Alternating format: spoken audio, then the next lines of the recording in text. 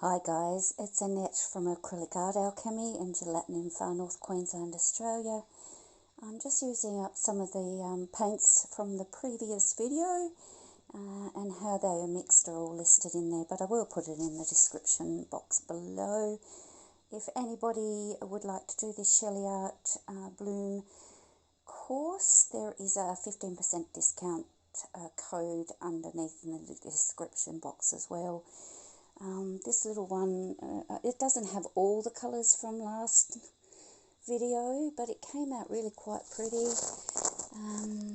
It's not showing that much in this little video, but that's a phthalo green down through the bottom part. It's just beautiful, and lovely little cells up here. I used 3 different cell activators on the top. I still have a bit of paint left over. This one's a 30cm round.